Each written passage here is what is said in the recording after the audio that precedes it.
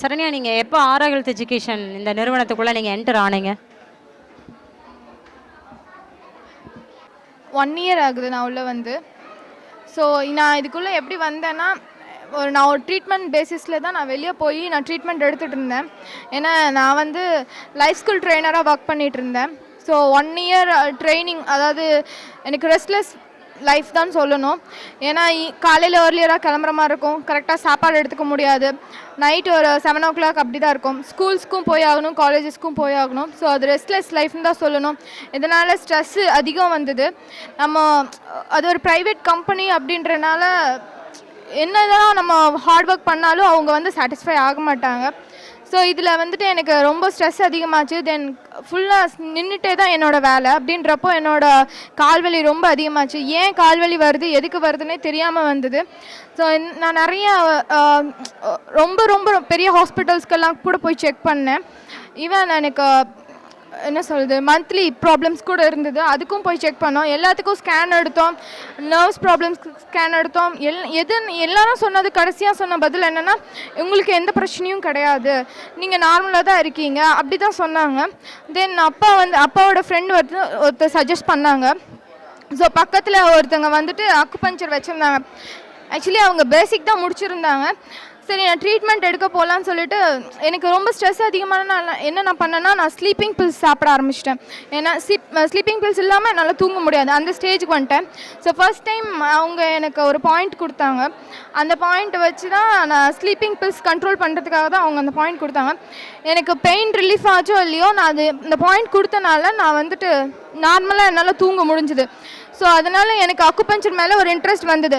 First அப்பா சொல்கிறப்போ எனக்கு, நம்ம படத்துலலாம் பார்ப்போம்ல, நிறையா நீடில்ஸ் வச்சு குத்துவாங்க, வலிக்கும், அப்படி ரொம்ப பயந்தேன். அப்பா கிட்ட சண்டை போட்டேன். எனக்கு வலிச்சிச்சுன்னா அதே இடத்துல நீடில் எடுத்து போட்டு நான் வந்துடுவேன், இதுக்கப்புறம்லாம் நான் வந்துட்டு அந்த பக்கமே வரமாட்டேன்னு சொன்னேன்.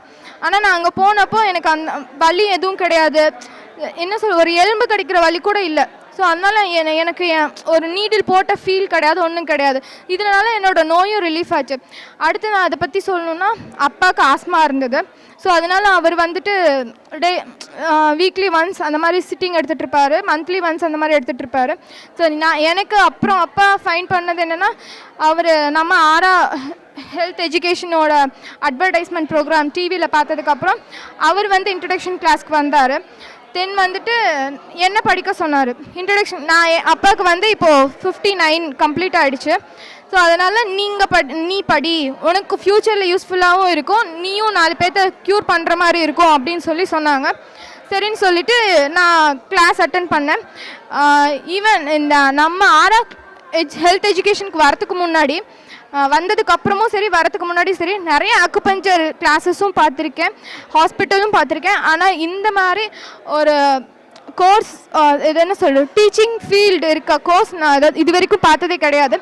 ஈவன் என்ன சொல்லணுன்னா, அவங்க பற்றி தான் அவங்கள பெருமையாக பேசிகிட்டு இருப்பாங்க. அவங்க கிளாஸ் என்ன எப்படி இருக்குன்னா, ஜென்ரலாக தான் இருக்கும். இங்கே ட்ரீட்மெண்ட் மற்ற எஜுகேஷன் கோர்ஸ் சொல்லிகிட்ருக்கேன்.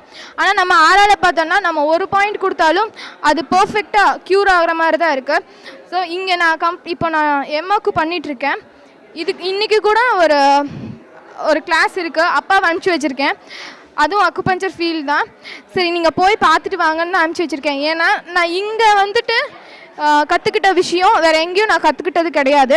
இப்போ அவர் ஈவன் நான் முன்னாடி சொன்ன மாதிரி அப்பா ட்ரீட்மெண்ட் எடுத்து நானும் ட்ரீட்மெண்ட் எடுத்தேன். ஆனால் அவர் வந்து நோஸ் பிளாக்கிங் அப்பாவுக்கு அடிக்கடி வந்துடும், ஆஸ்மா இருக்கனால வீசிங் நோஸ் பிளாக்கிங் எல்லாம் வந்துடும். அவங்க என்ன பாயிண்ட் கொடுத்தாலும் அப்பாவுக்கு க்யூர் ஆகாது. இதனால் அப்பா வந்துட்டு கிட்டத்தட்ட 25 இயர்ஸாக அப்பாவுக்கு இருக்கு. ஸோ ஃபுல்லாக அலோபதி பார்த்தாரு, சித்தா பார்த்தாரு, ஹோமியோபதி பார்த்தாரு, எது பார்த்தும் சரியாகலை. இதனால் என்னாச்சுன்னா, பாடி வெயிட் தான் போட்டுச்சு, அதாவது தொப்பை தான் வந்தது. ஆனால் அவருக்கான க்யூர் எதுவும் கிடைக்கல. பட் இப்போது நான், அதாவது எனக்கு என்னோட ஆரா எஜுகேஷனில் என்ன பாயிண்ட் சொல்லி கொடுத்தாங்களோ அந்த ஒரு பாயிண்ட் நான் போட்டாலும் எங்கள் அப்பாவுக்கு நோஸ் பிளாக்கிங் ரிலீஃப் ஆகுது. இப்போ அவர் சந்தோஷமாக இருக்கார். முன்னாடியெல்லாம் இன்ஹேலர் இல்லாமல் இருக்க முடியாது, இப்போ வந்துட்டு அவர் இன்ஹேலர் இல்லாமல் இருக்கார். அப்படியே ஏதோ ஒரு ஸ்டேஜ் வந்தால் தான் ஒரு தடவை யூஸ் பண்ணுற மாதிரி தான் இருக்கார். ஸோ அதனால் நான் ரொம்ப ரொம்ப ரொம்ப தேங்க்ஃபுல் இந்த நம்ம ஆரா எஜுகேஷனுக்கு சொல்லி ஆகணும். ஏன்னா என்னால் 4 பேர் நல்லா இருக்காங்க, என்னை சுற்றி இருக்கவங்களும் நல்லா இருக்காங்கன்னா அது நம்ம ஆரா எஜுகேஷனால் மட்டும்தான். இதை நான் வேறு இடத்துல ஏன் சொல்லலை அப்படின்னா, நான் மற்ற இடத்துல போன எல்லா இடத்துலையும் எனக்கு இந்த மாதிரி, அதாவது நான் சும்மா ஒரு பர்சனாக போய் பார்க்குறப்ப கூட எனக்கு இந்த மாதிரி யாரும் எனக்கு ட்ரீட்மெண்ட் வைஸும் சொல்லித்தரல, என்னை ஒரு வீட்டில் ஒருத்தராகவும் பார்க்கல. ஆனால் நம்ம ஆரா எஜுகேஷனை பொறுத்த வரைக்கும் இங்கே படிக்கிற ஒவ்வொருத்தரையும் வந்துட்டு அவங்க வீட்டு பொண்ணுங்களா அவங்க வீட்டு பசங்களாக தான் பார்க்குறாங்க, ஃபேமிலி மெம்பர்ஸாக தான் ட்ரீட் பண்ணுறாங்க. எந்த நேரத்தில் என்ன டவுட்ஸ் கேட்டாலும் கிளாரிஃபை பண்ணுறாங்க, யாருக்கு என்ன பாயிண்ட் வேணாலும் சொல்கிறாங்க. ஸோ அதனால் இது நான் எங்கள் அப்பாவை மட்டும் நான் க்யூர் பண்ணல, என் பாட்டி என் சித்தி எல்லாத்தையும் நான் க்யூர் பண்ணியிருக்கேன். ஸோ அதனால் அவங்களே இப்போ ரெஃபர் பண்ணுறாங்க, அவங்க பக்கத்து வீட்டுக்காரங்க ஏதோ ஒன்றுனா என் பொண்ணு நீடில் போடுவா, நீங்கள் வந்து போட்டுக்கோங்க. ஸோ அப்படின்ற ஒரு பேர் எனக்கு கிடச்சிருக்குன்னா அது நம்ம ஆரா எஜுகேஷனால் மட்டும்தான். ஸோ உங்களுக்கு மட்டும் இல்லாமல் உங்கள் குடும்பத்தில் இருக்கிறவங்க எல்லாத்துக்குமே ஒரு பயனுள்ள வகையில் இருந்திருக்கு இல்லைங்களா? இப்போ நீங்கள் எப்படி ஃபீல் பண்ணுறீங்க? அதை பற்றி சொல்கிறதுக்கு வார்த்தைகளே கிடையாது. ஏன்னா வந்துட்டு என்னோட பெரியப்பா சரி, என்னோட அண்ணாங்களும் சரி, எல்லாருமே அலோபதி டாக்டர்ஸ் தான். ஆனால் அவங்களால இந்த அளவுக்கு மன நிம்மதியோட திருப்தியோடு இருக்க முடியுமான்னு கேட்டால் முடியாது. ஏன்னா அந்த ஒரு ஃபீல் எனக்கு இருக்குது. நம்ம லட்சமாக காசு செலவு பண்ணி ஒரு டாக்டர் அப்படின்ற பட்டம் வாங்கி நம்ம 4 பேர்த்த க்யூர் பண்ண முடியல அப்படின்ற ஒரு விஷயம் வந்து ரொம்ப வேதனையான ஒரு விஷயம். ஆனால் நான் இங்கே லட்சமாக செலவு பண்ணல. ஆனால் எனக்கு இப்படி ஒரு அற்புதமான ஒரு கலையை வந்துட்டு நம்ம ஆரா எஜுகேஷன் சொல்லி தந்திருக்காங்க. ஸோ இதனால் நான் 100% சொல்லுவேன், என் அப்பாவை என்னால் க்யூர் பண்ண முடிஞ்சதுன்னா என்னால் என்னோட நோயை குணப்படுத்திக்க முடியுது, என்னை சுற்றி இருக்கவங்கள நல்லா வச்சுக்க முடியுதுன்னா கண்டிப்பாக என்னை நம்பி வரவங்கள நான் நல்லா வச்சுப்பேன். ஈவன் எனக்கு அந்த ஒரு சான்ஸ் கிடைச்சாலும் எங்கே வேணாலும் நான் போய் ட்ரீட்மெண்ட் பண்ணுவேன். இப்போ நீங்கள் எம்எக்கு முடிக்க போகிறீங்க இல்லைங்களா? இதுக்கப்புறம் நம்மளுடைய அக்குபஞ்சர் அக்குப்ரெஷர் மருத்துவ முறையில் உங்களுடைய எதிர்கால நோக்கம் என்ன மாதிரி இருக்கும்னு நீங்கள் நினைக்கிறீங்க? இப்போ நீங்கள் எம்எக்கு முடிச்சிட்டிங்க, அதுக்கப்புறம் ஃபேக்கல்ட்டி ஆவீங்க, கண்டிப்பாக இந்த ஃபீல்டில் இருப்பீங்க.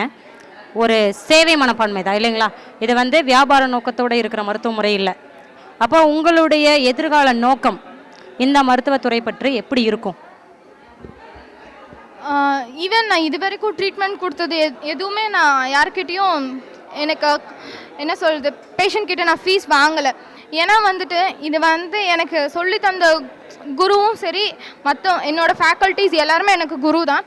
அவங்கள பொறுத்த வரைக்கும் அவங்க இது வந்துட்டு ஒரு கலையாக பார்க்குறாங்க. ஸோ அதே மாதிரி தான் நானும் இது ஒரு கலையாக பார்த்துட்ருக்கேன். ஸோ என்னால் முடிஞ்ச அளவுக்கு யாருக்கெல்லாம் ஹெல்ப் பண்ண முடியுமோ அவங்களுக்கு எல்லாத்துக்கும் ஹெல்ப் பண்ணுவேன். இதில் வந்துட்டு நம்ம ஒரு விஷயம் என்னென்னா, ரொம்ப விலை மதிக்க முடியாத உயிர் மட்டும்தான். ஏன்னா நம்ம ஒருத்தரை நம்ம சந்தோஷமாக வச்சுக்கிறோன்னா அது ரொம்ப பெரிய விஷயம். ஸோ அப்படின்றப்போ கடைசி ஸ்டேஜ் எல்லாரும் சொல்கிறது என்னென்னா, எல்லா அலோபதி டாக்டர்ஸும் சொல்கிறது என்ன, எங்களால் முடியாது, எங்களால் காப்பாற்ற முடியாது அப்படின்றது மட்டும்தான். ஆனால் என்னை நம்பி வரவங்கள என்னால் காப்பாற்ற முடியும். இதை வந்து நான் எப்படி சொல்கிறேன்னா, என்னோட ஆரா ஹெல்த் எஜுகேஷன் மூலியமாக தான் சொல்கிறேன். ஸோ எனக்கு என்ன ஆசைன்னா, இதை வந்துட்டு இந்த ஆரா ஹெல்த் எஜுகேஷன் தமிழ்நாடு மட்டும் இல்லாமல் வேர்ல்டு லெவலில் பாப்புலர் ஆகணும். ஏன்னா இது ஒவ்வொருத்தருக்கும் போய் சேரணும். நம்ம வந்துட்டு கஷ்டப்படுறது வந்து நம்ம நல்லா இருக்கணுன்றதுக்காக தான். ஆனால் இப்போ இருக்க சுச்சுவேஷனில் நம்ம என்ன தான் கஷ்டப்பட்டாலும் நம்ம சந்தோஷமாக கிடையாது. நம்ம பணம் எவ்வளோ கஷ்டப்பட்டு சம்பாதிச்சாலும் பணம் வேற ஒருத்தருக்கு தான் போய் சேர்ற மாதிரி இருக்குது. அது சின்ன குழந்தையாக இருந்தாலும் சரி, பெரியவங்களாக இருந்தாலும் சரி. அதனால் நான் சொல்கிறது என்னென்னா, ஒவ்வொருத்தருக்கும் இந்த கலை வந்து போய் சேரணும், இது உலகம் ஃபுல்லாக பாப்புலர் ஆகணும் அப்படின்றது எனக்கு என்னோட ரொம்ப பெரிய ஆசை. நன்றி சரண்யா. அதாவது நமக்கே தெரியும், மருந்தில்லா மருத்துவம் அப்படிங்கிறது வந்து, அதாவது நோயில்லா உலகத்தையும் மருந்தில்லா மனிதர்களையும் படைக்கணும் அப்படிங்கிற ஒரு நோக்கத்தில் தான் நம்மளுடைய ஆரா ஹெல்த் எஜுகேஷன் என்ற மருந்தில்லா மருத்துவம் வந்து இயங்கிட்டு இருக்கு. கண்டிப்பாக நீங்கள் நினைக்கிற மாதிரி உங்களுடைய வாழ்க்கையிலும் சரி, உங்களுடைய உறவினர்கள் வாழ்விலையும் சரி, அதே மாதிரி நம்ம தமிழ்நாட்டில் மட்டும் இல்லாமல் உலக அளவில் இந்த மாற்றுமுறை, அதாவது மருந்தில்லா மருத்துவம் வந்து எல்லாத்துக்கும் போய் சேரும் அப்படின்னு இறைவனை வேண்டிக்கிறேன். நன்றி சரண்யா.